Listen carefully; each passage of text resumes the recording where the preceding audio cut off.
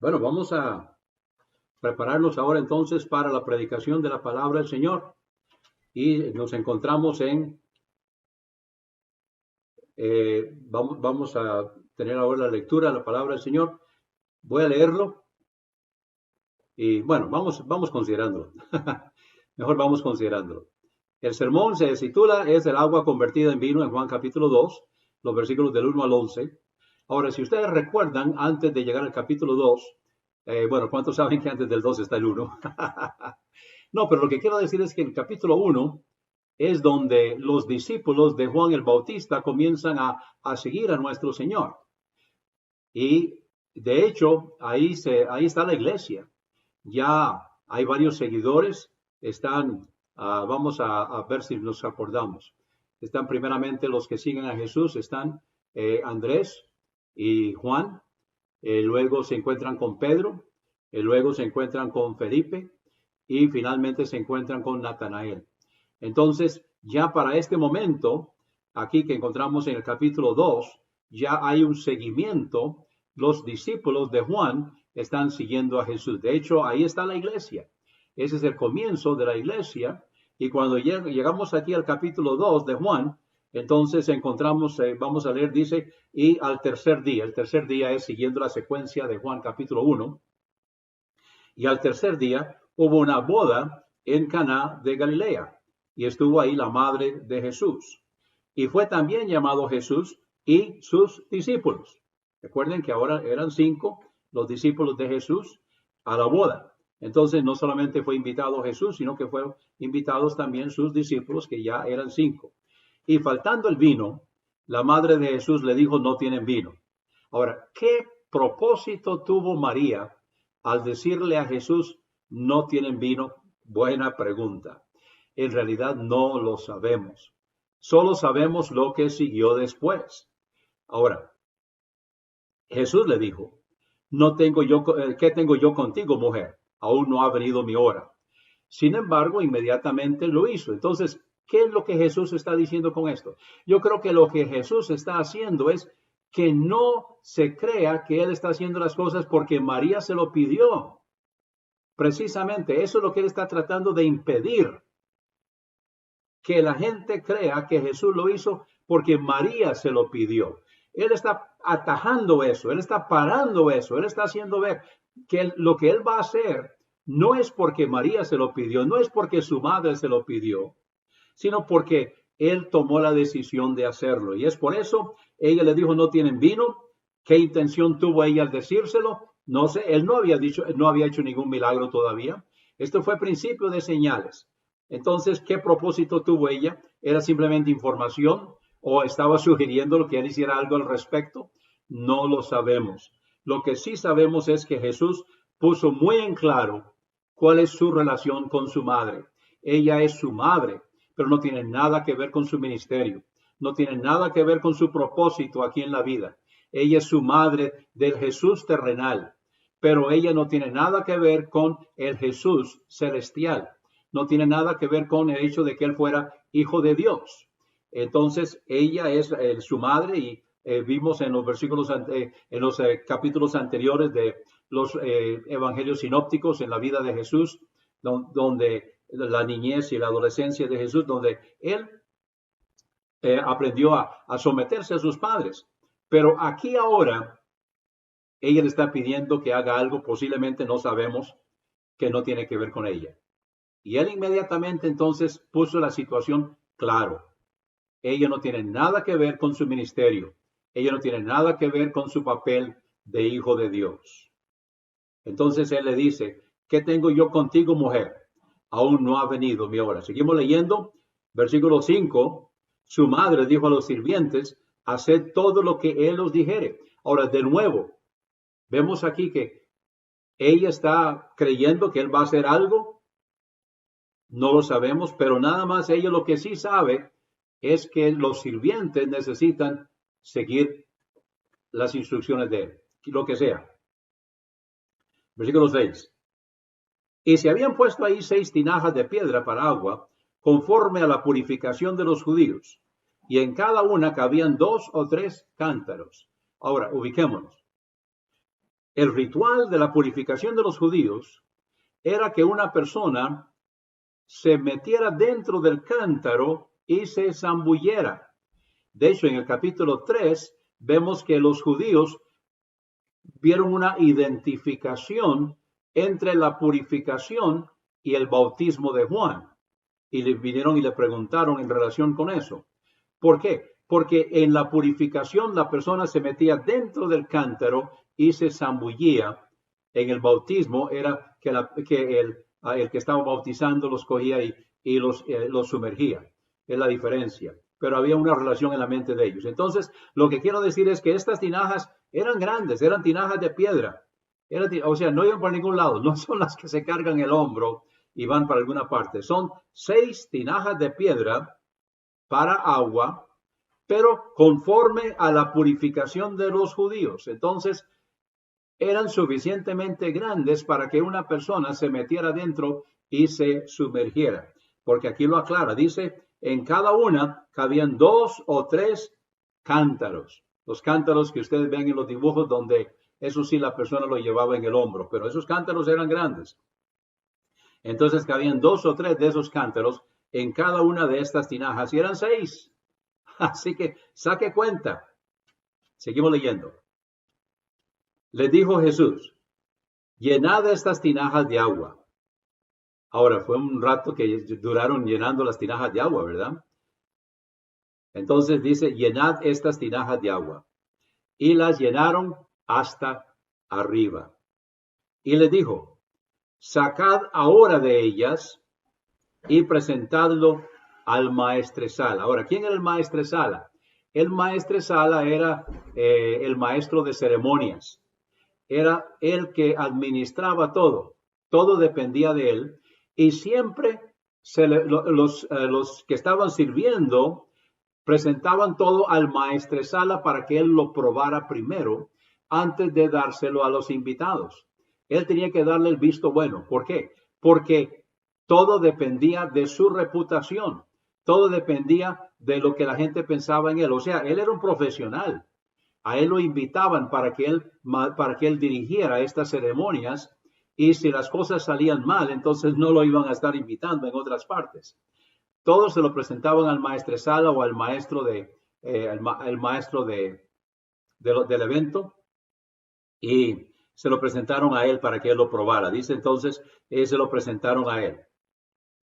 Cuando el maestresala probó el agua hecha vino, sin saber de dónde era, los sirvientes sabían que ellos habían sacado el agua y ellos sabían de dónde venía. Ellos sabían que lo que ellos habían echado era agua. El maestresala llamó al esposo. Ahora, el esposo era el que proveía todo, pero el esposo era el que pagaba. Pero evidentemente aquí pasó algo. Aquí hay algo que estaba fuera del control del maestresala. Él no sabía dónde estaba este vino. Y entonces vean lo que dice. Y le dice al esposo, todo hombre pone primero el buen vino. Y cuando ya han bebido mucho, entonces lo que es de menor calidad, lo que es inferior. Pero tú has guardado el buen vino hasta ahora. O sea, ahora que ya se acabó el vino, y quién sabe de dónde estás sacando este vino, este es el mejor. ¿Qué está diciendo con esto? Lo que está diciendo con esto es que el toque del maestro es magnífico. Lo que el Señor toca es increíblemente bueno. Es excelente. Es agua, pero es agua convertida en vino. Y es el mejor vino que jamás el maestresala ha probado. ¿Qué quiero decir con esto? Hay momentos en la vida suya y en la vida mía que hace falta el toque del maestro. Y tal vez lo que usted tiene es agua. Tal vez lo que usted tiene a la mano es agua. Y necesita que eso se convierta en vino, por decirlo así. Ahora, cuando el Señor viene, si usted le entrega el agua, va a ver lo que el Señor puede hacer con eso. El problema con muchos de nosotros es que nosotros no estamos seguros. Realmente no confiamos. Entonces, bueno, tengo esta agua. Y si yo le doy al Señor esta agua que yo tengo, es todo lo que yo tengo, y le doy al Señor esta agua, me voy a quedar sin agua. ¿Puedo confiar? ¿Puedo creer de que el Señor va a hacer algo con esto? ¿Qué puedo yo creer que el Señor va a hacer? ¿Puedo creer? ¿Puedo confiar? Podemos estar seguros de una cosa. Lo que el Señor toca es bueno. Cuando el Señor coge, ¿recuerda los 5 panes y 2 peces? Si el muchacho se hubiera quedado con los 5 panes y 2 peces, se hubiera quedado con los 5 panes y 2 peces. Pero cuando se los entregó al Señor, entonces él comió y se sació juntamente con todos los demás. Cuando nosotros le entregamos lo que tenemos al Señor, entonces podemos estar seguros que Él va a dar el toque del Maestro. Ahora esto también sucede con los diezmos y las ofrendas. No estoy diciendo con eso de que Dios lo va a multiplicar. No, en el hecho de, ¿recuerdan el caso de los 5 panes y 2 peces? O sea, cuando Jesús oró por los 5 panes y 2 peces y abrió sus ojos, no habían más que 5 panes y 2 peces. No pasó de eso. Pero cuando comenzaron a repartir, cada vez que repartían, seguía habiendo 5 panes y 2 peces. O sea, no bajó, sino que aguantó. Y eso es lo que sucede cuando nosotros le damos el diezmo y las ofrendas al Señor. O sea, lo que estoy diciendo con eso es, cuando nosotros le damos al Señor de primero el 10% o más, Él hace que el 90% rinda. Él bendice el resto. Pero ¿cuántos saben que si nosotros no le damos al Señor eso, si nosotros no reconocemos que todo es de Él y que Él es el dueño y Señor de todo, y no confiamos de que Él va a darnos suficiente porque sacamos los números y no alcanza, y no creemos y no confiamos y no le damos a Él el diezmo y las ofrendas, entonces vamos a quedarnos con eso. Pero si nosotros confiamos en Él y lo sacamos de primero, porque ¿cuántos saben que si no lo sacamos de primero no lo vamos a sacar? O sea, si esperamos al último para sacar el diezmo, no alcanza, ya no está. Hay que sacarlo de primero. Pero cuando tomamos primero el diezmo y lo sacamos, lo separamos, y lo mejor de todo es darlo de una vez, porque si lo guardamos ahí está la tentación de cogerlo prestado. Entonces, Él bendice. Él hace que lo demás rinda. Así como el agua. El agua se convirtió en vino y aguantó con el toque del Maestro, así como los 5 panes y 2 peces, que nunca llegaron a ser más de 5 panes y 2 peces. Y un sermón que será también para otra ocasión, cuando Elías y la viuda de Sarepta, y con la bendición de Dios, el aceite no menguó, la harina no escaseó, con la bendición de Dios. Entonces, lo que podemos ver aquí a través de estas lecciones es lo siguiente. Cuando usted llega a sacar su diezmo, tiene que sacarlo de primero. Apenas le llega, sacarlo de primero. Ponerlo aparte, dárselo al Señor. No lo tenga ahí, porque está la tentación de cogerlo prestado. Delo. Y Dios va a bendecir el resto. Ahora, no significa que de pronto usted va a ver una multiplicación. No. No lo va a ver. O sea, cuando usted le entrega al Señor lo que es de Él, y bueno, todo es de Él, pero la porción que Él pide que le demos, usted no va a ver una multiplicación, pero lo que sí va a ver, confiando en Él, creyendo en Él, que Él va a proveer, es que va a alcanzar lo que queda para lo necesario. Y aquí es donde necesitamos nosotros creer en el toque del Maestro, creer en el toque del Señor. Hacía falta el toque del Maestro. Ahora, ya para terminar, esos 5 discípulos, que eran discípulos de Juan, habían creído en Jesús por el testimonio de Juan. Ellos estaban siguiendo a Jesús por lo que Juan había dicho. Pero ellos todavía no habían visto nada en Jesús para dejar de creer solamente por el testimonio de Juan. ¿Recuerda el caso de la mujer samaritana? Aquellos hombres que ella fue al pueblo y que les testificó. Ella fue y les testificó acerca de Jesús. Y cuando ellos vinieron, entonces ellos le dijeron a la mujer, ya no creemos solamente por tu dicho, sino que nosotros hemos visto que este es el Mesías. Bueno, hacía falta un momento en la vida de estos 5 discípulos, que luego llegaron a ser apóstoles, para que ellos pudieran ver. ¿Y qué fue lo que vieron? Dice en el versículo 11, Juan 2:11. Este principio de señales hizo Jesús en Caná de Galilea y manifestó su gloria, y sus discípulos creyeron en él. Y sus discípulos creyeron en él. O sea, ya no están creyendo en él por el testimonio de Juan. Ahora están viendo la gloria de Dios a través de Jesús. Están viendo la gloria de Dios en Jesús. Manifestó su gloria.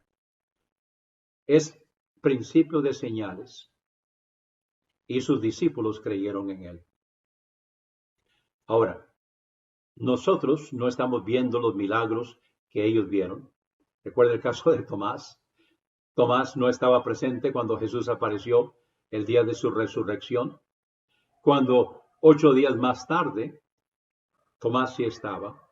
Entonces él sí clamó, Dios mío, y lo reconoció, Señor mío y Dios mío. Entonces Jesús le dijo, bienaventurado los que creen sin ver. Bueno, nosotros estamos entre ellos. Nosotros creemos sin ver. Nosotros leemos lo que ocurrió en las Escrituras. Nosotros creemos por lo que estamos leyendo en la palabra del Señor.